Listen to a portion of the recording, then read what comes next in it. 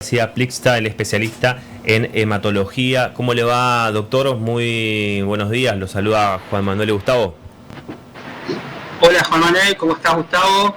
¿Qué Y tal? bueno, un saludo para la audiencia también. Bueno, Un gusto. muchas gracias, doctor. Lo queríamos tener porque, bueno, esta semana se conocía la información de la cesantía de dos trabajadoras del hospital pediátrico, del hospital, perdón, en realidad, en la parte de, bueno, de donación de sangre y hemocomponentes, y después de un sumario que duró muchísimo tiempo, varios años, se determinó que hubo una negligencia aparentemente de estas trabajadoras o del sistema. Hizo que una transfusión de sangre hacia un niño en lo que es el hospital pediátrico tenga o esté infectado de HIV, bueno, y esto todo según el sumario. Y bueno, eso trajo obviamente, más allá del caso en particular, trajo, bueno, miedo en muchas personas que son las que por ahí reciben transfusiones, o el peligro que puede llegar a representar una transfusión en el sistema público, teniendo en cuenta este antecedente. Así que para hablar de ese tema queríamos tener a usted, que es especialista en esto. Bueno, primero un gusto y sí, he tomado información del caso. A ver, hablamos de una especialidad que se llama hemoterapia, ¿no? Hemoterapia, inmunohematología es una especialidad como existe dentro de otras ramas de la medicina, como existe la medicina clínica, dentro de la clínica la hematología, la reumatología, las traumatologías, los quirúrgicos, la hemoterapia y medicina transfusional, que no solamente cuenta con una ley nacional, que es la Ley Nacional de Sangre, que la regula, que de alguna manera trata de evitar estos tipos de situaciones, de estos errores, ¿sí?, que pueden plantearse, ¿no? O sea, hay una reglamentación, hay una normativa que a todos los especialistas dentro de la especialidad, ya sean técnicos, bioquímicos, administrativos, ¿sí?, tienen una serie de acciones a seguir, ¿sí?, obligaciones a tener en cuenta. La medicina en la cual, como cualquier otro tipo de especialidades, tiene sus situaciones de vulnerabilidades, de riesgo, y de esta manera se trata de, a través de manuales de procedimientos, de normativas, minimizar este tipo de hierro. Pero lo primero que hay que comprender es que en todo acto transfusional existe un riesgo de poder generar algún daño en la persona, sí, con cualquiera de los componentes que uno produce o con cualquier acto que lleva adelante. Entonces, lo que se busca es minimizar este tipo de riesgo. En el caso de la donación de sangre, uno minimiza el riesgo tanto de quien viene a donar la sangre como de aquel que va a recibir esa sangre. Entonces, los procedimientos en cada servicio de medicina transfusional, en cada servicio de hemoterapia, en cada banco de sangre, en cada hemocentro, va a estar justamente dado para minimizar ese riesgo. De vuelta, aquella transfusión que no se hace es la mejor. Por eso cuando se realiza una transfusión, ¿sí?, es ya cuando hay un criterio de emergencia, de urgencia, debido a que se pone en riesgo la vida de aquella persona que lo está necesitando.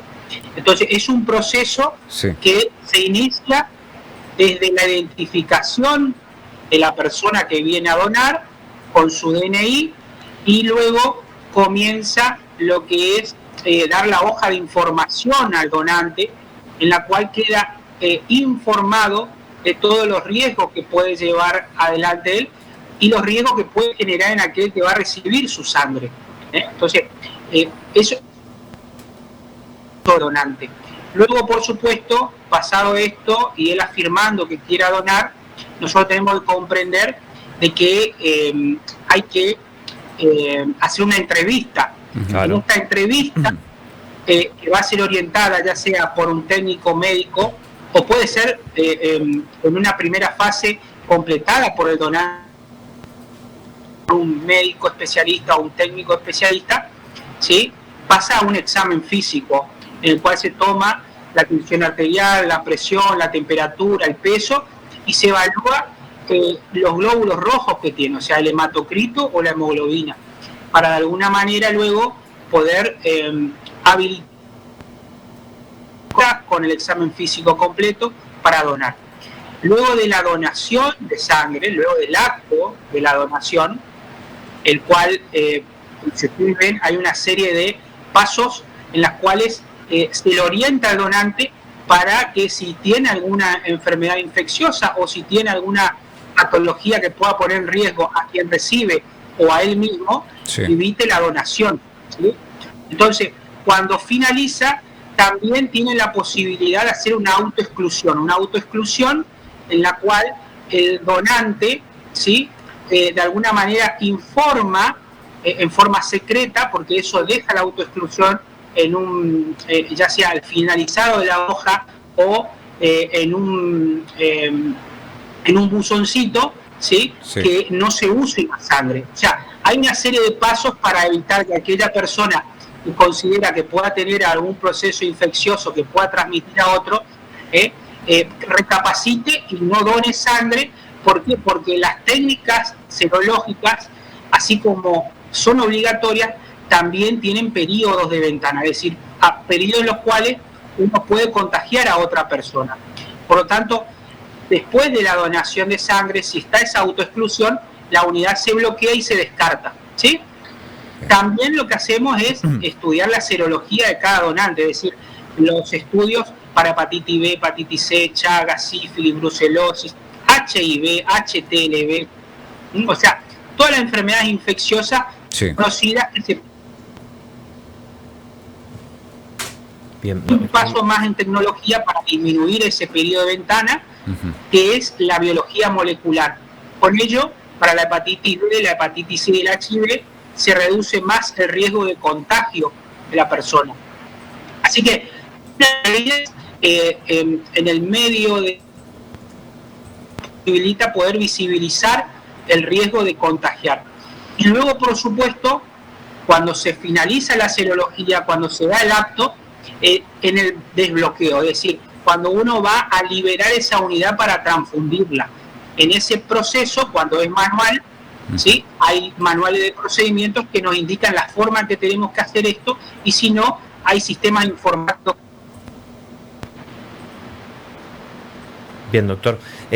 Entonces, en este caso puede haber fallas humanas, puede haber también fallas del sistema, o por ahí yo leía también el descargo de las trabajadoras de este caso particular, que bueno, que hablaban también de una muchas veces sobrecarga de trabajo y todo ese tipo de cosas en que uno pueda llegar a fallar lamentablemente con algo tan delicado como fue esto. Pero bueno, el sistema no está exento de tener este tipo de falla y que sea después termine siendo una fatalidad para la persona que necesita la transfusión.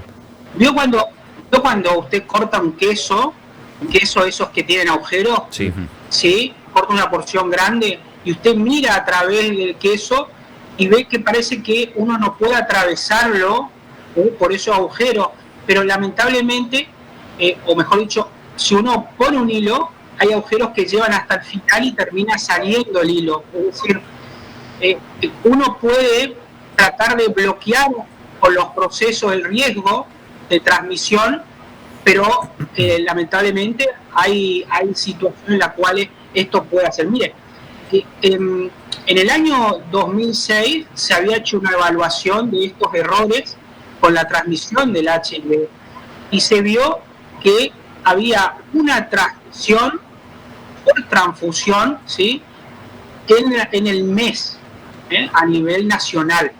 O sea, fíjese el riesgo que era en ese momento. Con las tecnologías nuevas ese riesgo fue disminuyendo, pero por eso es muy importante comprender que la mejor transfusión, ¿sí?, es la que no se hace, ¿va?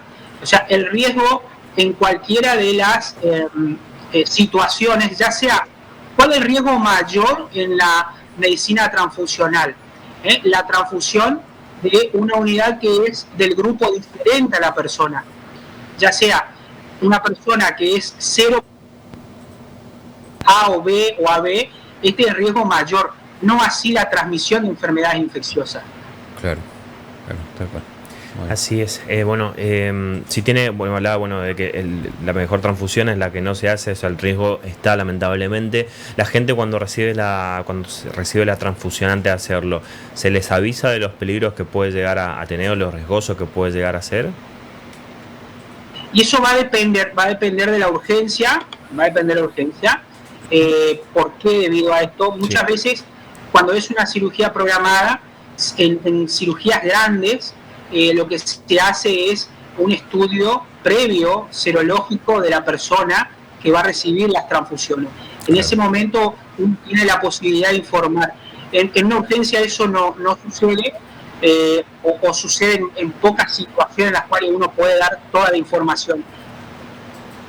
Claro. Esto es una situación de un producto biológico humano a otro ser humano, con lo cual conlleva los riesgos implícitos de esto.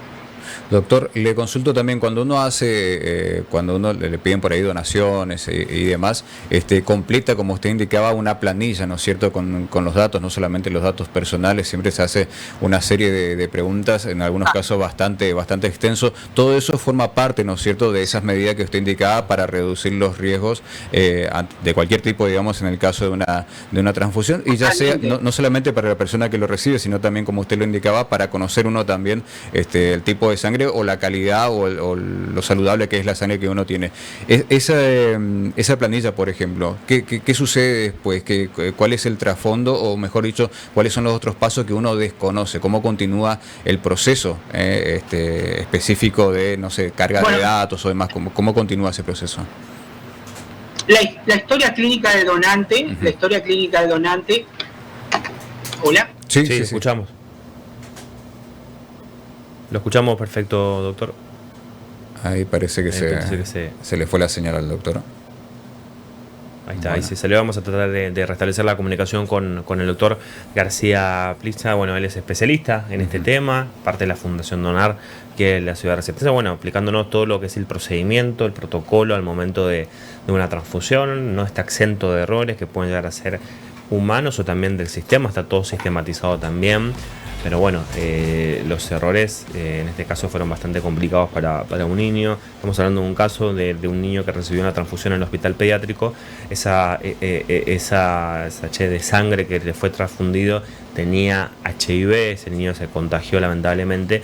Derivó esto en una situación de un